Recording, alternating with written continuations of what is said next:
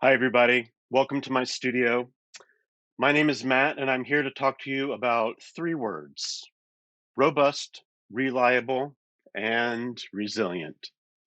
Actually, I want to talk to you about why these three words seem very ambiguous at times. A couple of years ago, I started making this mind map. I started making this and referring to it because, well, I felt like a lot of words were ambiguous. I wanted to try to put a lot of concepts and a lot of dichotomies and theories into a place where I could make sense of them against these three words. I wanted to try to overlap resilience and reliability and robust and look at, well, why is one term considered one thing and not another? Or why is it that we are told that we are building something to be reliable and at the same time we're building it to be robust? So when we build something to be robust, is it automatically reliable? I don't know. One thing that I do know is that when I look at this, it's complex. I mean, I don't even have to read it and I know it's complex. So let's skip it for a minute. We know it's really messy, and we didn't spend enough time on that slide for you to even absorb it enough. That's okay. We're going to come back to it. Complexity is a cycle. And it's a cycle like what you see here. It's like a record, and it involves emergence. Emergence is really, really cool, especially to a musician like me, because emergence is all about music. I love comparing emergence in software to music because they are one and the same. Think about music as notes written on the page. Think about just a piece of sheet music, and it's got stabs written on it, it's got notes, dots, lines, and you look at that and you're thinking, well, I'm not hearing anything. This isn't music. Well, no, of course not. What you hear is something emerging. It is something that's brand new. We hear music as it's happening. This is what complexity is like. This is what our software systems are like. Imagine things that we're building in real time, in the cloud. Our software systems are getting more and more complex as the day moves along, every day further and further.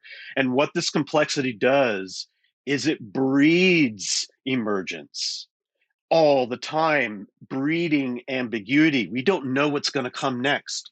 We don't know what incident is just around the corner. We don't know which data center is about to go down.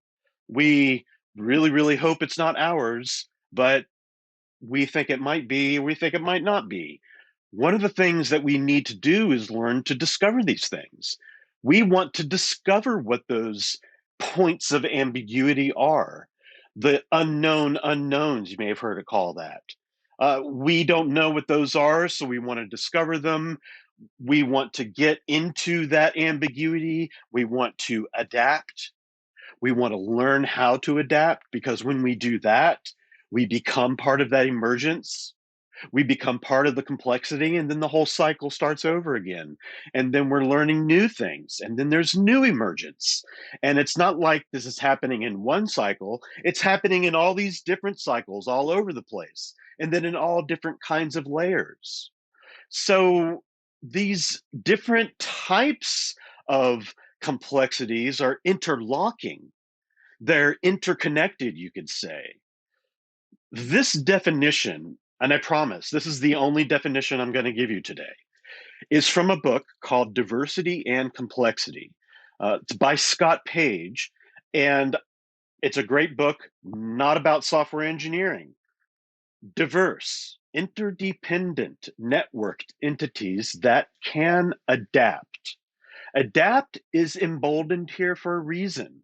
This talk is about adaptation. Now, those three words, the three big R words, For the longest time, I was having a real hard time trying to kind of navigate how to define them myself without going to a dictionary and finding a definition like this. There are plenty of places you can do that, by the way. But I decided I'm going to tool them around a preposition. So that's what we're going to do today. I've got three prepositional phrases that we're going to use to define these three words. And the first one is robust to failure. And I'm going to use an example. It's not quite a metaphor. We're not comparing the software engineering to what I'm about to introduce here, but it is an example, and we're going to work parallel through this example. Now, you may have heard the term groove before. You may have heard the term groove like, you know what, that band, they really groove. Or, you know, they've got some soul, they've got a swing, they really know how to groove that swing. That is groove. That's legitimate groove. I'm here to talk about this groove, though.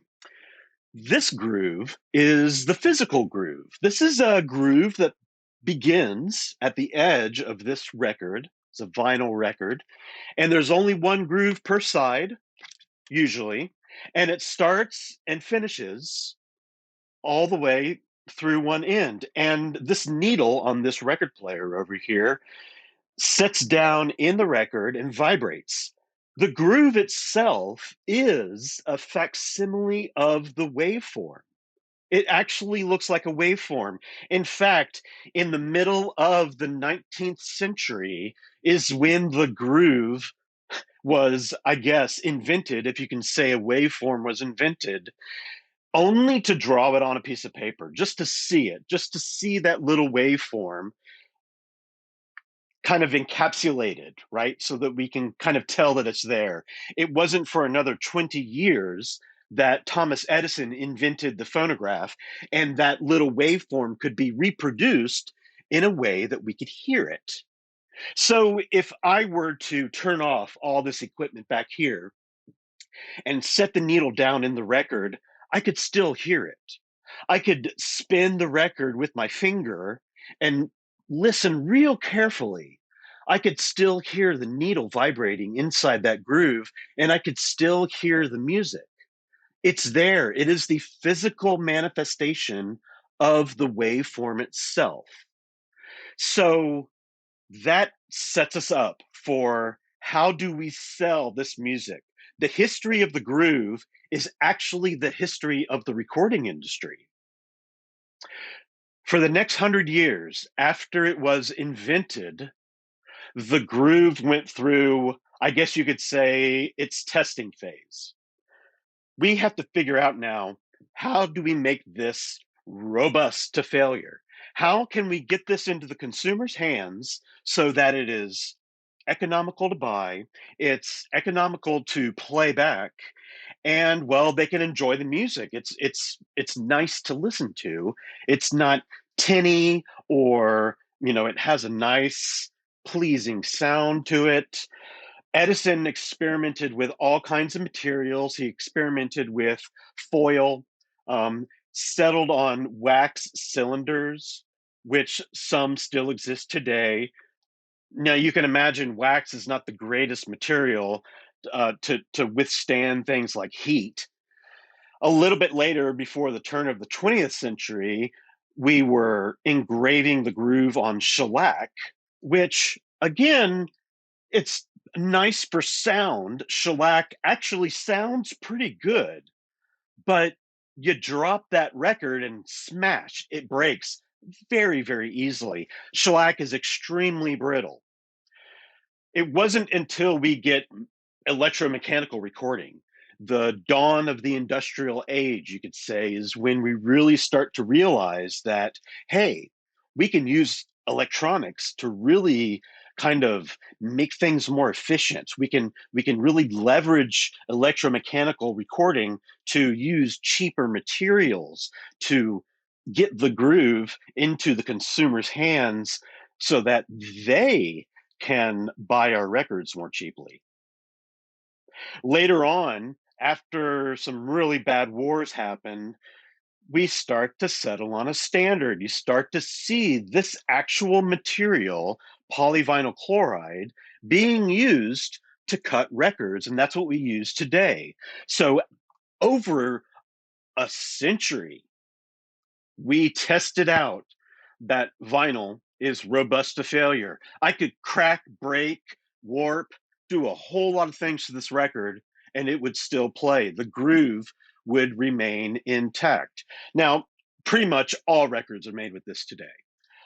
You see a picture here of something that's kind of like a re-recordable medium. It is an acetate or a lacquer is what they call this. Dub musicians use this to create dub music. You can record on the spot. I'm going to talk about that second hole. Remember that second hole in a little bit.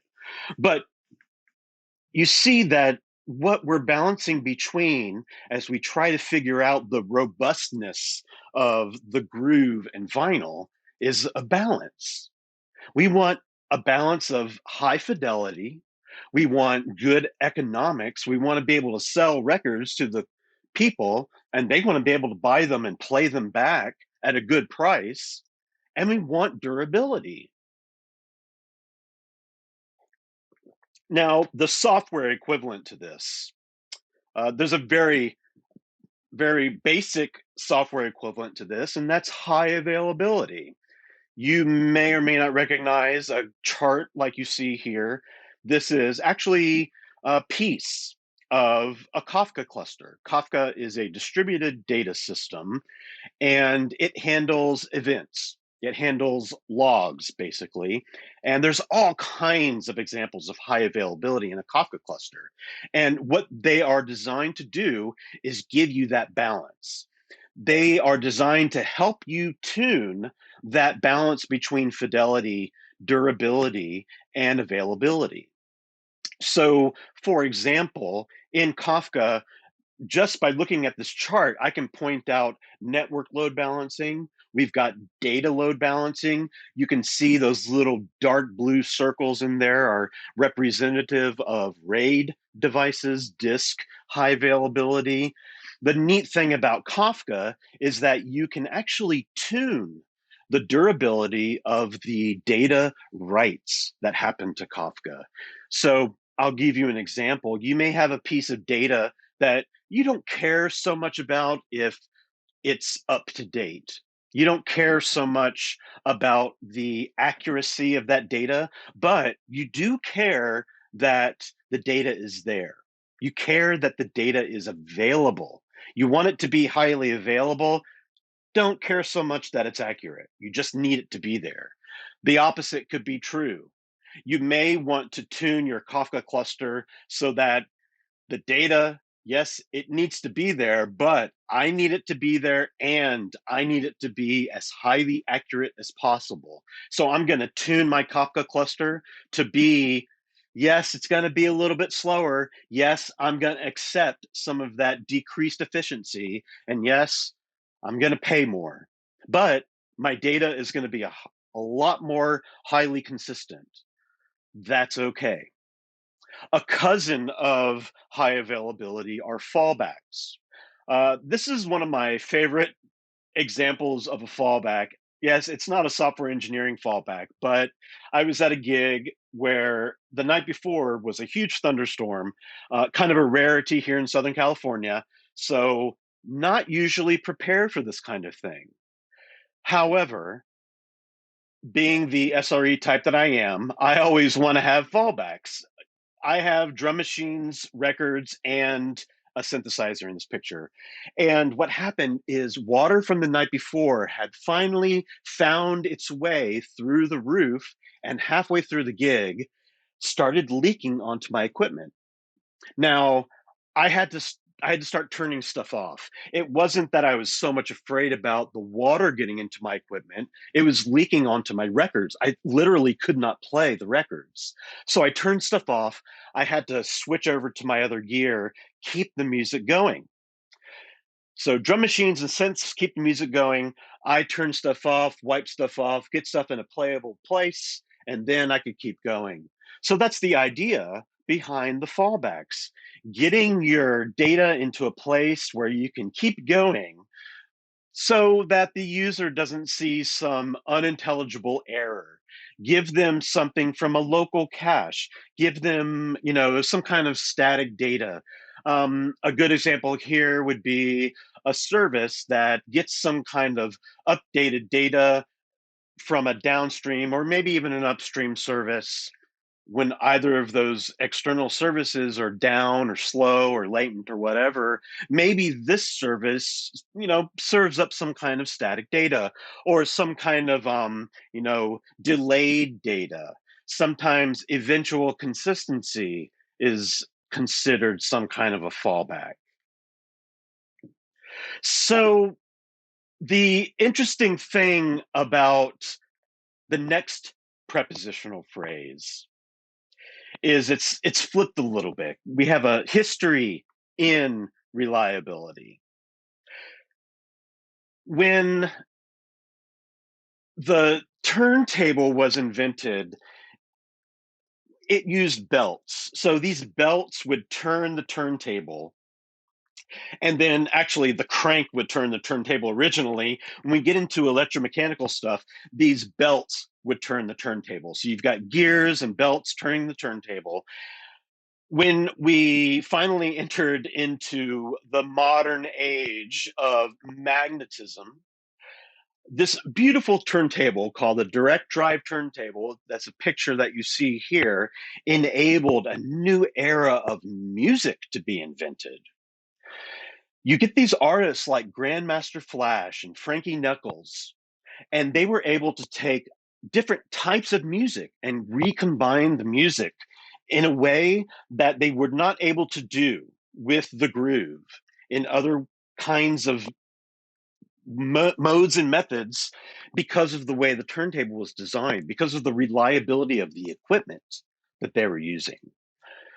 What the direct drive actually let them do, it could play the record, it could play the groove in such a way that the record would speed back up to its proper RPM, rotations per minute, almost immediately. So they could scratch on the record, they could back cue the record, or they could beat match the record to other records, which means they could mix the records together.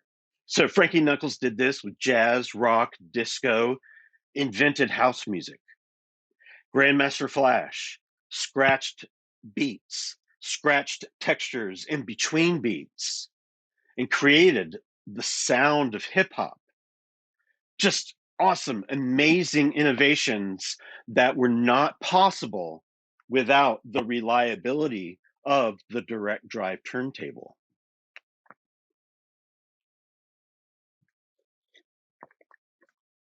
So, what that looks like in software engineering is pretty interesting. For us, we're looking at the types of equipment that we're working with, right? It's not, like I said, this isn't like a direct metaphor. I don't want to think that I'm comparing a record player to SRE, but what I want you to think about is musical. Think about this. Think about coming together as a team. Think about coming together as a band. And when we come together as a band, jazz is a great example, actually. When a jazz band comes together and when they're coming together to do a show, improvisation is a very big part of what they do. And when they do this, they get together beforehand and they practice. And they don't practice an improvisation and then go into a live show and then play the improvisation that they practiced. They improvise something new. So when they were practicing, they practiced to improvise. Then they had a show, and then they did the same sorts of things that they did in practice to get ready to play together, to improvise, that they did or will do in the show to do the same kinds of things. So that's what we're doing in things like chaos engineering game days. Chaos engineering game days, and really you can kind of drop the chaos engineering part of this and really talk about game days. I like to call this the practice of practice. And what the practice of practice is all about is coming together like a jazz group and getting all those things prepared. For what? For incidents. For those times when we know we're going to come together and it's going to be the gig. The only difference between us getting ready for that gig and the jazz players getting ready for the gig is that we don't necessarily know when the gig's going to happen. The jazz players might or might not, impromptu gigs do happen. They usually schedule the gigs though. But wouldn't it be nice if we could just schedule gigs? Well, we can.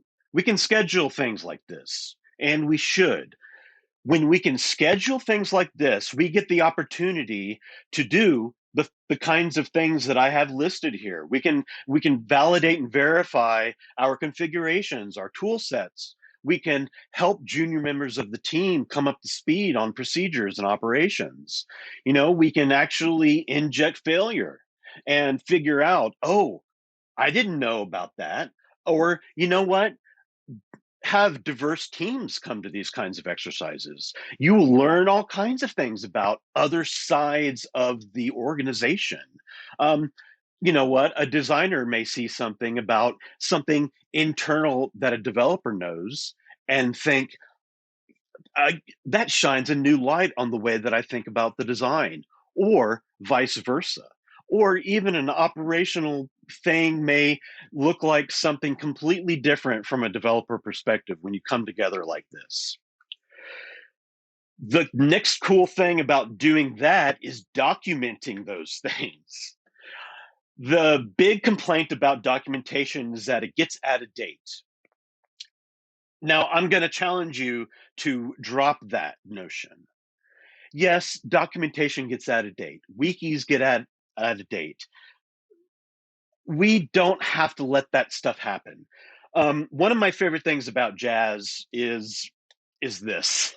The real book is a book of notated songs. Now, I use the word notation pretty lightly because notation means one page of, well, there are probably 12 notes on this page and probably not even 12 chords written down. This is John Coltrane's Giant Steps. You find recordings of this song and they're 10, 12 minutes long. There's just one page to this. So a jazz group would take one page of Giant Steps in the real book, and then that's their run book. That's what they use. Now they'll probably take this into a gig or a rehearsal and they'll mark up that page. Okay, we're going to do this 4 times and then we're going to play solos for 10 minutes each, and then they'll mark up all that stuff. And if cool stuff happens in the rehearsal, they'll mark up the page. That's what I'm talking about. We can continually update our run books if we continually get together and perform this practice of practice and learn the system continuously together. Now, for our final prepositional phrase, sources of resilience, I'm going to take you back to the middle of the 20th century when we had just talked about how polyvinyl chloride had become the material of choice for the vinyl record. Well, I'm going to throw all that out the window for a minute, if you'll indulge me. There was one exception, maybe not one exception. There were probably a lot of other exceptions, but one particular exception in Soviet Russia. Now, this was just after a very large world war and a regime that wasn't that nice to its people. And music, popular music especially, and even more especially Western music, had become outlawed in Soviet Russia. It was illegal to listen to music. It was illegal to own the music. In fact, it was illegal to be the music. If you were a performer, a writer, a recorder, you couldn't be associated with Western music at all in Soviet Russia. Even some Russian music was verboten. There were people in Soviet Russia who got their hands on a recording lathe. You remember those two holes in that other acetate record from that slide? Now, a recording lathe puts a second little knob in that second hole and it turns that record around. And instead of a stylus that vibrates inside the groove, there's a recording stylus, and that recording stylus engraves the groove on the record.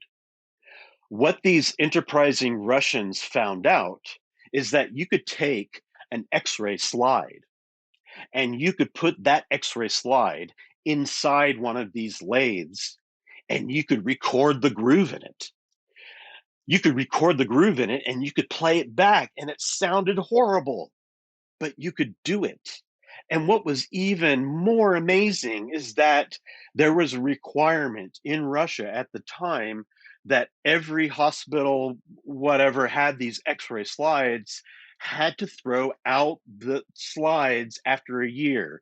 So these folks in at the time Leningrad, what we know as St. Petersburg today, found these X-ray plates and they built their own lathe and they started recording the groove on these plates.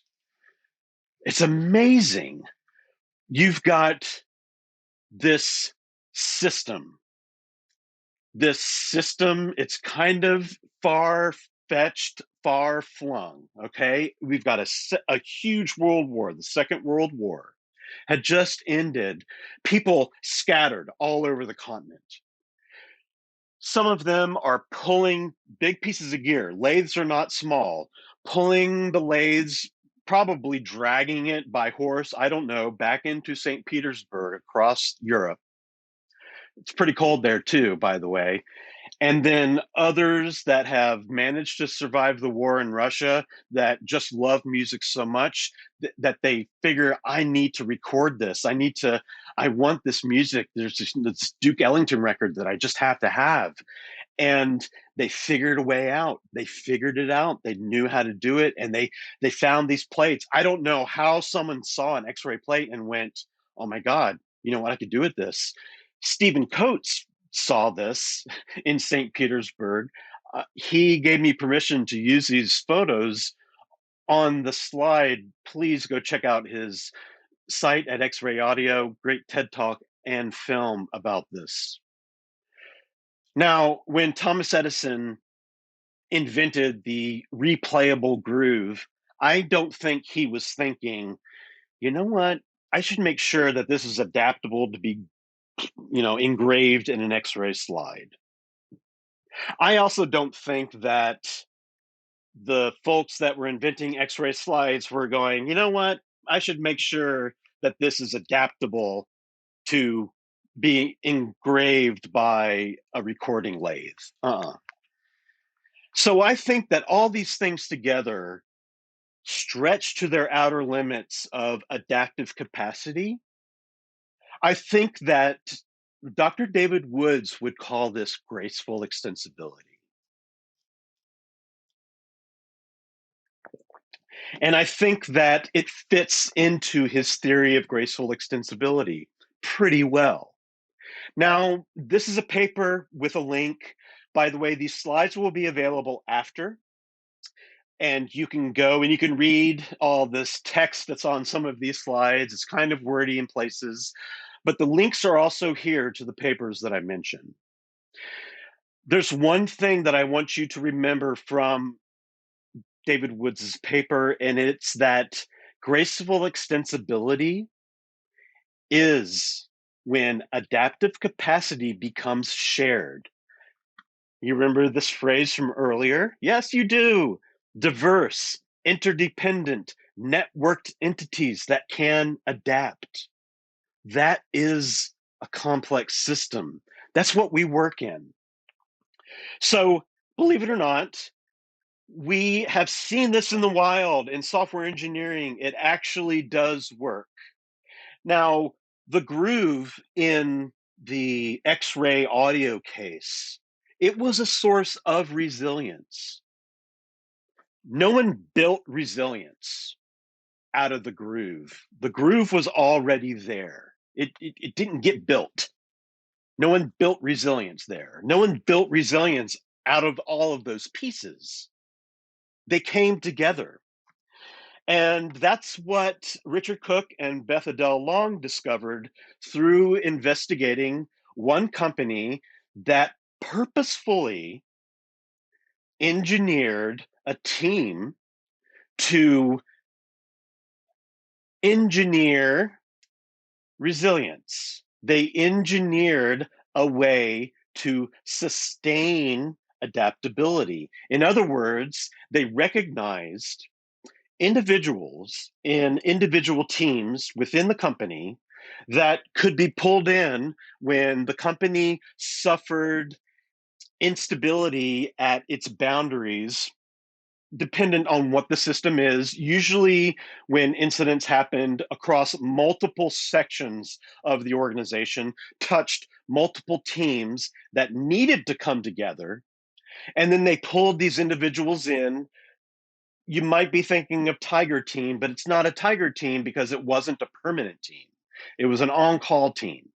And they represented that extended adaptive capacity that came together and provided the graceful extensibility to attack that incident together.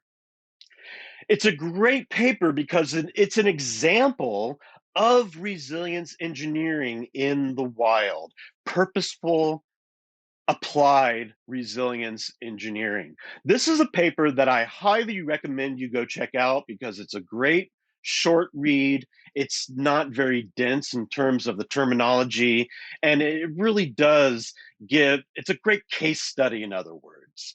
It really does give a lot of great background into how a company that's really relevant to what we do in software engineering, in cloud technologies, in trying to attack this problem of what do we do when incidents push the boundaries of our complex systems. Now, going back to that ambiguity slide, okay, you can see it a little bit clearer now. Think about this slide now in terms of the way that I think about it. I think about this slide in a more four-dimensional way. I think about this slide as if these theories and clouds and objects and matrices and maybe layers, and maybe those are ribbons floating around in the breeze, and maybe they're kind of just sliding along the record. Maybe they're a little bit like sound in that they're vibrating, or maybe they're like quantum blips and that they kind of appear in one place and not in another, and maybe they only look like they're in one place because that's where we're looking for them. It's this kind of mess, and that's what complex systems are like. And we need to be able to embrace the ambiguity of that. Don't be afraid of the ambiguity. You have to get inside it. That's the only place that you will make the discoveries that help you become part of it. Don't try to simplify complexity, understand the complexity by peeking inside of it and thinking about it outside of it and coming around it. Isn't that ambiguous right there? Kind of thinking around the ambiguity and allowing it to exist. Just like music, we have to let music exist and let it be and just listen. Thank you for just listening. Uh, I'll be around to answer any questions you have, and these slides will be available for you to download. Click the links, go visit X-Ray Audio, and hit me up with any questions that you have. Thanks a lot.